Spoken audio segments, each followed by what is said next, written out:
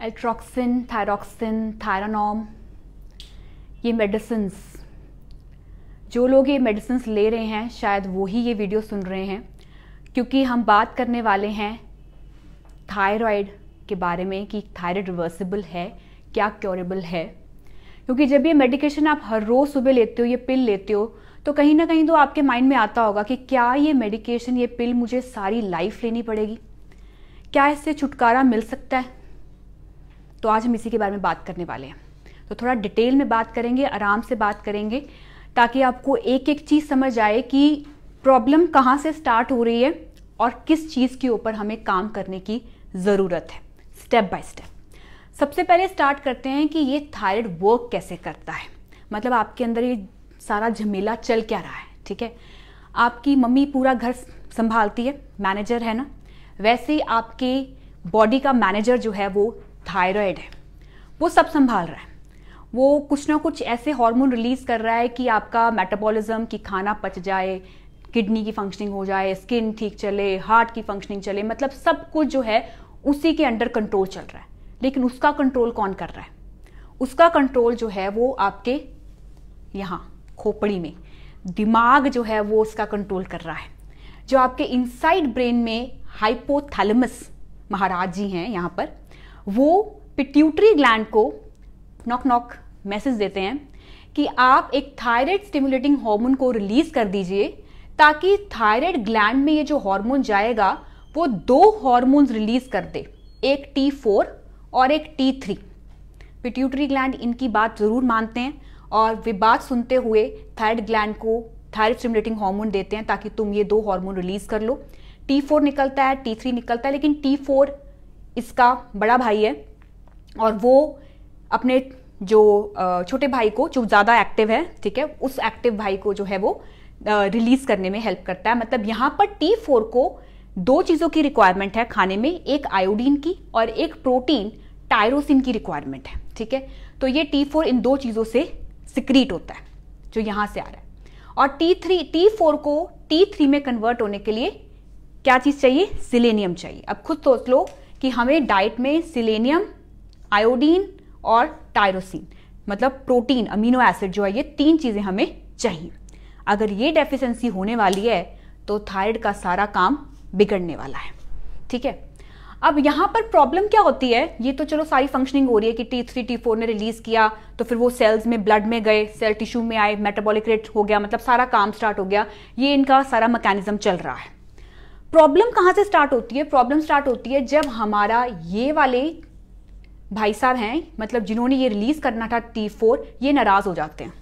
अब इनकी नाराजगी का कारण कुछ भी हो सकता है। नाराजगी हो सकती है कि इनको न्यूट्रिशनल डेफिशिएंसी हो रही है, या आप स्ट्रेस ज़्यादा ले रहे हो तो ये नाराज हो जाते हैं, या फिर आपको कोई डिसीज होगी जिसकी वजह से ये इसका फंक्शनिंग जो है वो डिस्टर्ब हो रही है। तो वो क्या करता है कि वो थायराइड स्टिमुलेटिंग हार्मोन जो है वो रिलीज करता रहता है, वो अपना काम करता रहेगा कि मैं तो रिलीज करता रहूंगा, और यहाँ पर ये काम जो है वो इसका खराब कर देते हैं, क्योंकि ये खराब हुआ तो मतलब ये भी खराब हो गया।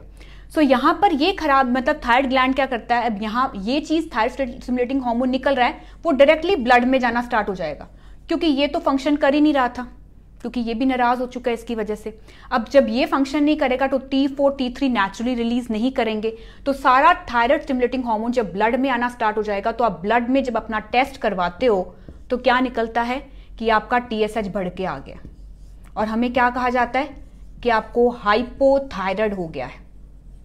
ठीक है, तो प्रॉब्लम क्या हुई थी कि हमारी थायराइड ग्लैंड की फंक्शनिंग जो है वो ठीक नहीं चल रही थी। बेसिकली ये प्रॉब्लम यहाँ से स्टार्ट हुई है, इनफैक्ट यहाँ से ये वाला चीज़ हमारी ज़्यादा डिस्टर्ब हुई है। ठीक है, सो थायराइड ग्लैंड जो है, अब जब ये ज़्यादा रिलीज यहाँ पर हो गया और जब ये कम रिलीज होना स्टार्ट हो जाता है, अब हम इसको हम कह देते हैं कि ये अंडर एक्टिव हो गया। ठीक है, अब जब ये कम रिलीज होता है, ठीक है, पिट्यूटरी ग्लैंड यहाँ पे हमारा कम रिलीज करता है क्योंकि थायराइड ग्लैंड वर्क नहीं कर रहा है, तो हम इसको हाइपर थायराइड कह देते हैं कि ये ओवर एक्टिव हो गया है। ठीक है, अब यहां पर हमें क्या चाहिए? फिर हम जाएंगे डॉक्टर के पास और डॉक्टर को कहेंगे कि हमें मेडिसिन दे दो, क्योंकि ये चीज तो हमारी नेचुरली रिलीज हो नहीं रही है, तो आप मुझे ये वाली मेडिसिन दे दो, मतलब T4 की मेडिसिन दे दो, जो आप सुबह सुबह एम्प्टी स्टमक में जो है वो खाते हो। अब हाइपोथायराइड में आप सबने देखा होगा, जो लोग इससे डील कर रहे हैं, कि आपको बहुत सारे सिम्टम्स आते हैं कि स्किन ड्राई हो रही है, हेयर फ्रीजी हो रहे हैं, वेट गेन हो रहा है, पफी फेस हो जाता है, कॉन्स्टिपेशन हो रही है, पीरियड डिस्टर्ब होने स्टार्ट हो गए हैं, एपेटाइट लो हो गया है, फटीग फील कर रहे हो, ये सारे सिम्टम्स आपको हाइपोथायराइडिज्म में आते हैं, क्योंकि आपका सारा मेटाबॉलिक रेट जो है वो डिस्टर्ब हो चुका है। हाइपर में क्या हो रहा है, हाइपर में हमारा ओवर एक्टिव थायराइड है तो वेट लॉस हो रहा है, इरेगुलर हार्ट बीट हो गई है, एग्जाइटी हो गई है, एपेटाइट फिर से डिस्टर्ब हो गया है, वो सारे सिम्टम्स आपको दिख रहे होते हैं। तो ये सिम्टम्स की वजह, जब आप ये रियलाइज करते हो सिम्टम, आप डॉक्टर के पास जाओगे तो ये मेडिसिन आपको प्रिस्क्राइब की जाती है। तो अगर तो ये, अब यहाँ पर ये ध्यान सुनने वाली बात है, अगर तो ये सब क्लिनिकल थायराइड है, मतलब अभी आपके लेवल्स जो हैं वो थोड़े से डिस्टर्ब हुए थे, क्योंकि हमने 4.5 तक आपका नॉर्मल रेंज था, हाइपोथायराइडिज्म तब होगा जब आपका 4.5 से सब ज्यादा होना स्टार्ट हो जाएगा। अगर तो ये सब क्लिनिकल है कि सिर्फ थोड़े सिम्टम्स ही आए थे, थोड़ी रेंज से बाहर होना स्टार्ट हुआ था, तो उस केसेस में अगर आप कुछ स्टेप्स अच्छे लेते हो, जो मैं आपको आगे बताने वाली हूँ, कि अगर आपकी लाइफस्टाइल, आपका डाइटरी रूटीन जो है वो प्रॉपर हो जाता है, तो उस केसेस में जो है वो हम कहीं ना कहीं इसको क्योर कर सकते हैं। और अगर आप मेडिकेशन ले रहे हो, जैसे आपकी मेडिकेशन की डोजेस बहुत ज्यादा हाई चल रही है, और अगर आपका लाइफस्टाइल, आप कुछ ऐसे स्टेप्स उठाओगे जिससे आपका थायराइड फंक्शनिंग प्रॉपर हो सके, तो शायद वो डोजेज कम होते होते इतनी हो सकती है कि आपको उसका साइड इफेक्ट ना देखना पड़े। तो रिवर्सिबल इस केस में कहा जाता है कि अगर जल्दी पकड़ा गई कोई चीज, तो वो जल्दी पकड़ी गई चीज जो है उसके ऊपर हम काम कर सकते हैं, जिसको क्योर कर सकते हैं। और अगर आपकी डोजेज बहुत ज्यादा चल रही है और सिर्फ प्रॉब्लम आपके लाइफस्टाइल में है, तो रूट कॉज पे काम कर लेंगे तो डोजेज कम हो सकती है, जिसका साइड इफेक्ट जो वो कम हो सकता है। लेकिन अगर आपको ऑटो इम्यून में क्या है, ऑटो इम्यून का मतलब है जब आपका थायराइड ग्लैंड जो है उसके ऊपर अटैक हो रहा है, अपनी ही इम्यून सिस्टम जो है वो आपके थायराइड ग्लैंड के ऊपर अटैक कर रहे हैं, और उसकी वजह कुछ भी हो सकती है, लीकी गट हो सकता है, या कोई भी रीजन हो सकता है, कि इन्फ्लेमेशन का रीजन हो सकता है, कि थायराइड ग्लैंड डैमेज किया जा रहा है, अपनी बॉडी के ही पार्टिकल्स के थ्रू डैमेज हो रहा है, तो वो कहते हैं ऑटो इम्यून डिसऑर्डर हो गया, दैट इज कॉल्ड हैशिमोटो। तो वो कैसे पता चलेगा कि ये हैशिमोटो है? जब आप टेस्ट करवाते हो एंटी-टीपीओ टेस्ट जो है वो हमें बताता है कि आपके अंदर जो एंटीबॉडीज हैं, थायरो पर ऑक्सीडेज की जो एंटीबॉडीज हैं वो कितनी ज्यादा बढ़ चुकी हैं, जिसकी वजह से थायराइड ग्लैंड कितना डैमेज हो चुका है। और एटीजी टेस्ट जो है वो थायरोग्लोबुलिन टेस्ट जो है वो ये बता देता है आपको कि आपकी बॉडी में थायराइड स्टोरेज जो है, जो थायराइड स्टोरेज होती है, वो कितना आपकी थायराइड ग्लैंड को डैमेज कर चुका है। तो ये दोनों टेस्ट जो हैं वो बताते हैं कि आपको ऑटो इम्यून डिसऑर्डर है, जो कि हम सिर्फ ट्रीट कर सकते हैं, वो क्योर नहीं किया जा सकता है। हाइपर के केसेस में फिर भी वर्क किया जा सकता है कि डोजेज कम हो जाए या थोड़ा रिवर्स किया जा सकता है, हम उसकी थोड़ी होप रख सकते हैं। लेकिन एंटी-टीपीओ और एटीजी टेस्ट से ये पता चलता है कि अब आपकी बॉडी में जो वो इम्यून सिस्टम पे ही, अगर इम्यून सिस्टम ही आपको अटैक कर रहा है, तो दैट मीन्स उसमें थोड़ी होप कम हो जाती है कि हम इसको सिर्फ ट्रीट कर सकते हैं, एटलीस्ट और डैमेज ना हो, हम इसको टोटली क्योर जो है वो नहीं कर सकते हैं। सो इन दैट केस अब हम यहाँ पे जब भी आप अपने ब्लड टेस्ट रिपोर्ट करवाओगे for thyroid profile, make sure कि आप T3, T4, TSH पूरा प्रोफाइल विद एंटी-टीपीओ एटीजी भी आप एनुअली या 6 मंथ्स में करवाओ, ताकि पता चले कि ये ऑटो इम्यून डिसऑर्डर तो नहीं हो गया, जिसकी वजह से आपको कितने लेवल तक वर्क करना है। आप अपने डॉक्टर के साथ, आप एक्सपर्ट के साथ आप देख सकते हो कि आपको मेडिसिन की रिक्वायरमेंट है, कितनी देर तक लेनी पड़ेगी, ताकि उसको रियलिस्टिक वे में आप काम कर सको। ठीक है।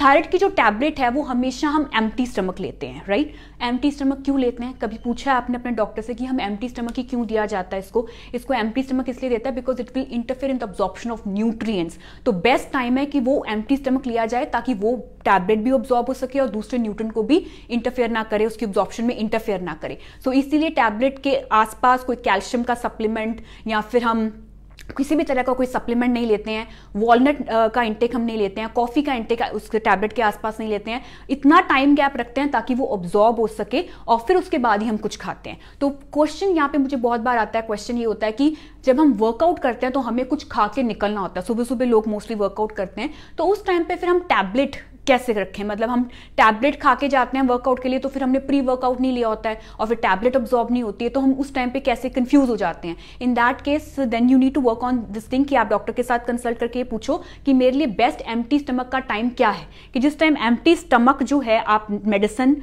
ले रहे हो, कोई भी टाइम हो सकता है कि रात को आपका डिनर हो चुका है और फिर आपका काफी गैप हो चुका है और सोने में भी मतलब आपका सुबह उठने तक गैप है, तो रात के टाइम पे आपकी वो टैबलेट ली जा सकती है। या बीच वाले रूटीन में कभी एम्प्टी स्टमक आप ले सकते हो। और इनफैक्ट अगर आप अपने लाइफस्टाइल पे काम कर रहे हो तो धीरे धीरे करके वो टैबलेट हम ड्रॉप भी करना स्टार्ट करें, क्या उसके ऊपर हम काम कर सकते हैं। तो वो टैबलेट का टाइम जो है वो एम्प्टी स्टमक के आसपास आप डिसाइड कर सकते हो कि प्री वर्कआउट मील आप खा के जाओ, अपना रूटीन रखो, और जब एम्प्टी स्टमक हो जाए तब वो मेडिसिन ले सके ताकि वो अब्सॉर्ब हो जाए। So that's what you need to work, because हर एक का लाइफस्टाइल डिफरेंट है, तो मैं एक जनरल गाइडेंस इसमें नहीं दे सकती हूँ।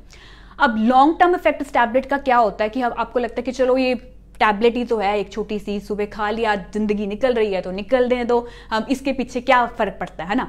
तो ये छोटी सी टैबलेट का प्रॉब्लम ये है कि जितनी देर तक ये चली जा रही है, चलो सुबह दिन की शुरुआत में आप ले ही जा रहे हो तो फर्क नहीं पड़ता, सुबह याद आती है और पूरा दिन भूल जाते हैं, तो ये लाइफ निकलती चली जा रही है। प्रॉब्लम ये है हमारी थायराइड ग्लैंड जो है वो एक और हार्मोन जो है वो रिलीज करता है, दैट इज कैल्सिटोनिन। सो ये कैल्सिटोनिन हार्मोन क्या करता है, वो हमारे बोन्स में कैल्शियम जो वो प्रोवाइड करता है। जब थायराइड ग्लैंड डिस्टर्ब हो जाता है तो कैल्सिटोनिन जो है वो भी वर्क नहीं कर पाता है प्रॉपरली, तो आपकी बॉडी में हड्डियां जो हैं, बोन्स जो हैं, उनके ऊपर सबसे ज्यादा इफेक्ट पड़ता है। जब आप थायराइड की मेडिकेशन बहुत ज्यादा डोजेज जो है कई बार हमें रिक्वायर्ड भी नहीं होती है, फिर भी हम ले जा रहे हैं, बॉडी का नेचुरल जो हार्मोन का रिलीजिंग पावर होता है ना, वो आपके इमोशन के साथ रिलेट करता है कि आपके इमोशंस के अकॉर्डिंगली आपके हार्मोन्स रिलीज होते हैं। और आर्टिफिशियल हार्मोन कभी रिक्वायर्ड नहीं भी होता है, फिर भी हम खा रहे होते हैं, तो उसका साइड इफेक्ट ये हो सकता है कि आपके बोन्स के ऊपर इफेक्ट पड़ता है, ऑस्टियोपोरोसिस, लाइक आपको खुद आप रियलाइज करोगे कि जिनको थायराइड का इशू होता है मोस्टली उनको जॉइंट पेन्स, बोन्स या लिगामेंट या फ्रैक्चर बहुत जल्दी होना, ये एज लोग जो बहुत देर से कुछ ऐसा थायराइड की मेडिकेशन ले रहे हैं, तो वो रीजन हो सकते हैं।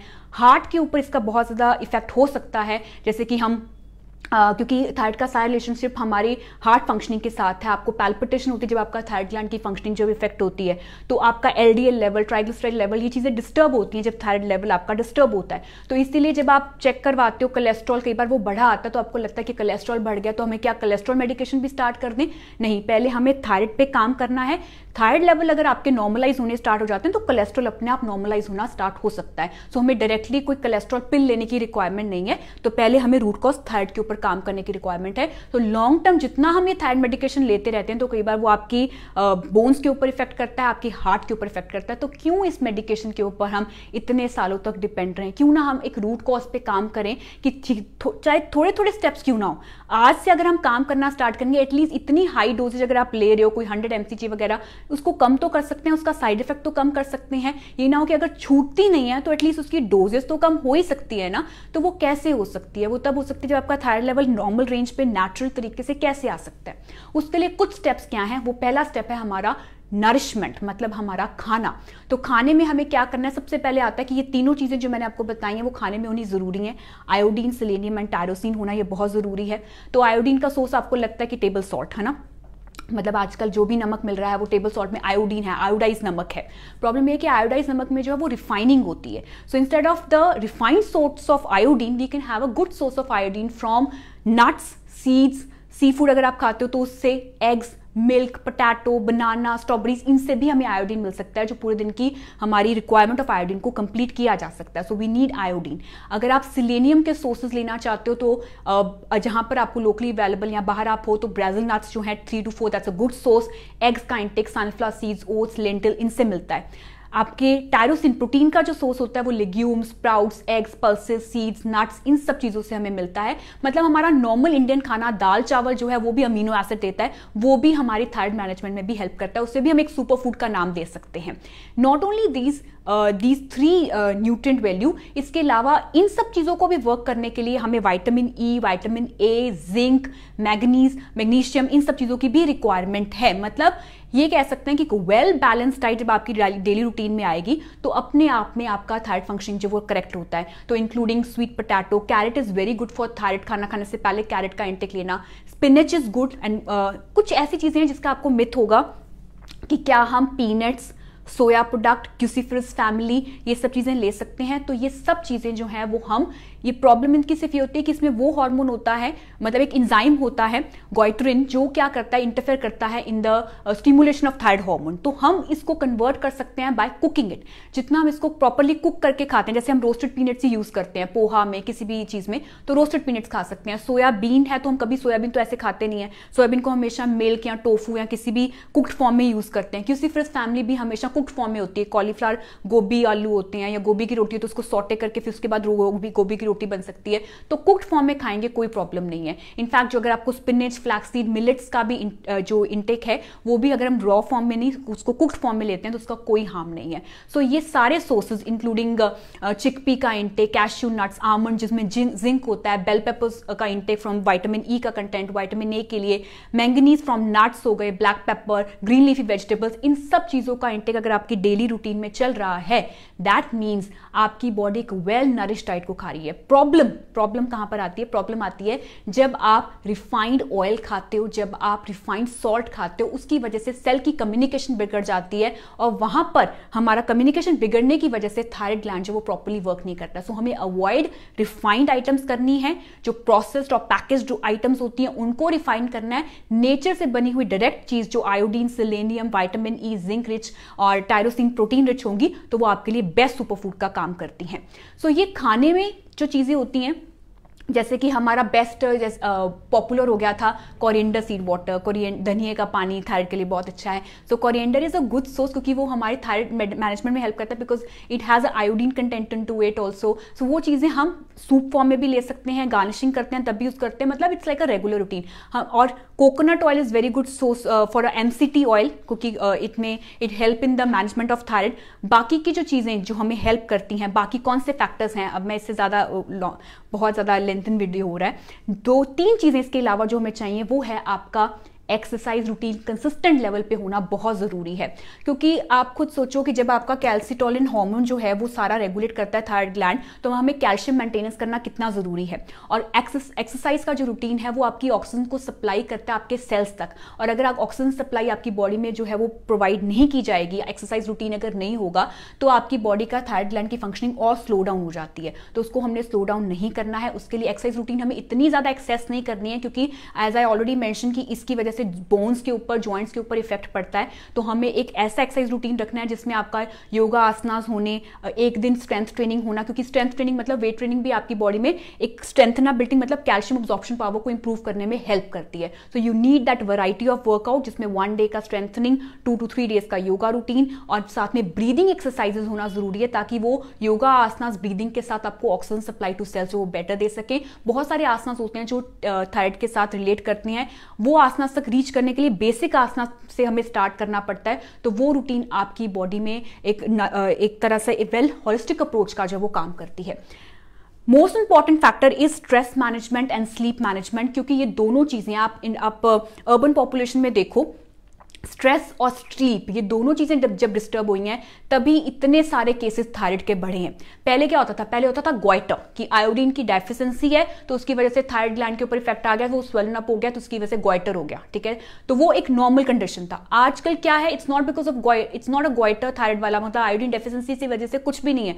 इट्स ऑल अबाउट, मतलब है तो बहुत कम है, ज्यादा क्या है? जब लोगों की स्लीप डिस्टर्ब हो रही है, जब स्ट्रेस बहुत ज्यादा बढ़ रहा है, कॉर्टिसोल हार्मोन हाई होता है, थायरॉक्सिन जो है वो कम हो जाता है, और जितना ज्यादा हम स्ट्रेस ज्यादा ले रहे हैं और रात को बॉडी को रिपेयर या रीजनरेट का टाइम नहीं मिल पा रहा है और बॉडी के हार्मोन्स जो है वो बैलेंस काम नहीं कर पा रहे हैं, तो इसके लिए सोल्यूशन क्या है? सोल्यूशन क्या है कि प्रॉपर टाइमिंग ऑफ स्लीप हो, जिसमें नींद अच्छी आए। आपका स्ट्रेस मैनेजमेंट करने के लिए मी थेरेपी निकालना बहुत जरूरी है, मतलब अपने लिए गोल्डन आवर्स निकालना बहुत जरूरी है। जब वो आप गोल्डन आवर्स निकालोगे जिसमें आप अपना एक्सरसाइज रूटीन रखोगे, कनेक्टिविटी विद बॉडी स्टार्ट हो जाएगी, तो ये जो थायराइड का ग्लैंड है जिसका नाम ग्रीक वर्ड से आया है, जिसे हम कहते थे शील्डेड, मतलब प्रोटेक्ट करने वाली चीज, जो आपको चौथे महीने में जब आप अपनी मदर की वूम में थे तब ये बनना स्टार्ट हो गया था, तो वो आपको हर चीज से बचाता है, अबनॉर्मलिटी से बचाता है। अब वो आपके अगेंस्ट तब काम कर रहा है जब आपने उसके अगेंस्ट कुछ करना स्टार्ट कर दिया। सो आपने सिर्फ क्या करना है? अपने थायराइड ग्लैंड के लिए, प्रॉपर नींद के लिए, स्ट्रेस मैनेजमेंट करने के लिए एक रूटीन डेवलप करनी है, जिसमें खाने का प्रॉपर रूटीन हो ताकि मन करे एक्सरसाइज करने का। एक्सरसाइज करोगे तो आपको नींद भी अच्छी आएगी, नींद अच्छी आएगी तो स्ट्रेस कम होना स्टार्ट हो जाएगा। Everything is interrelated. It's all about good lifestyle, it's not only about one pill. So इस पिल को ड्रॉप करने के लिए आपको सिर्फ और सिर्फ एक लाइफस्टाइल की पिल जो है वो अडॉप्ट करनी पड़ेगी। So thank you so much and I hope this video will help you to cure or reverse hypothyroidism. Auto immune disorder को सिर्फ ट्रीट किया जा सकता है, हम उसको क्योर नहीं कर सकते हैं। Thank you.